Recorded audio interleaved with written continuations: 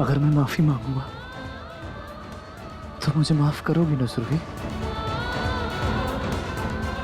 बहुत मुश्किल होगा कार्तिक। इतने सालों से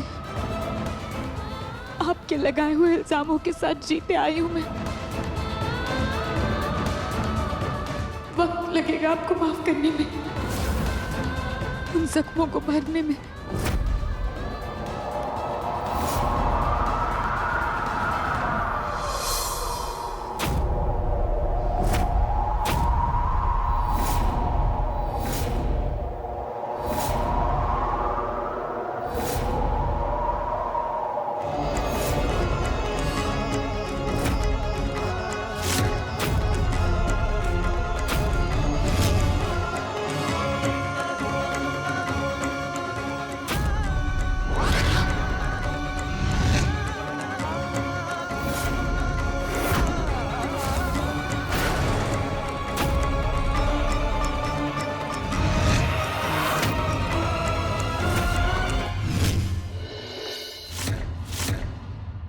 वक्त लगेगा तुम्हें, वक्त लगेगा तुम्हारे जख्मों को भरने में, पर मेरा जख्म अभी भी खुला है और वो शायद कभी भरेगा भी नहीं। जिस जख्मों के साथ जीने की आदत पड़ गई थी ना, आज उसी जख्मों को तुमने सामने आकर दोबारा से कुरेद दिया। तुम्हें पता है मैं तुमसे मिलने क्यों आया? मुझे लगा कि इन 7 सालों में तुम्हें अपनी गलती का एहसास हो गया होगा। मुझे लगा कि अपनी गलती की माफी मांगकर मेरी जिंदगी में वापस आना चाहती हो, लेकिन नहीं। और यहां पर तो उल्टा तुम मुझे गलत ठहरा रही हो।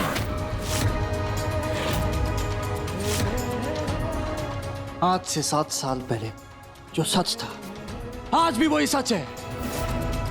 तुम मेरे बच्चे की कातिल हो। तुमने मेरी खुशी मुझसे छीनी है।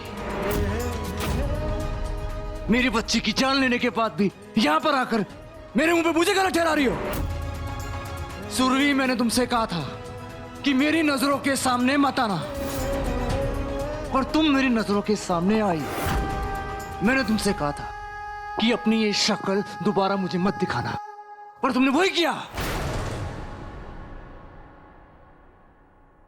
कार्तिक, कार्तिक मेरी गलती नहीं थी।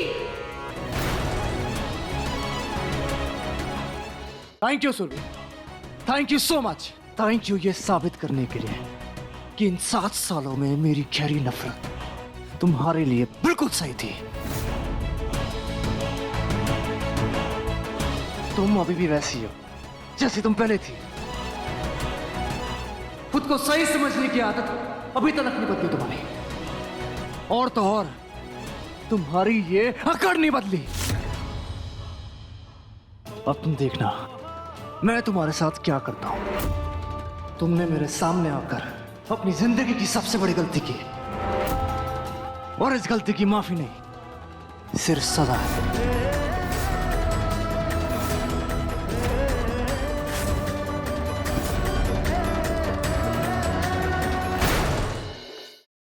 हे भगवान, प्लीज मुझे घर तक पहुंचा दो।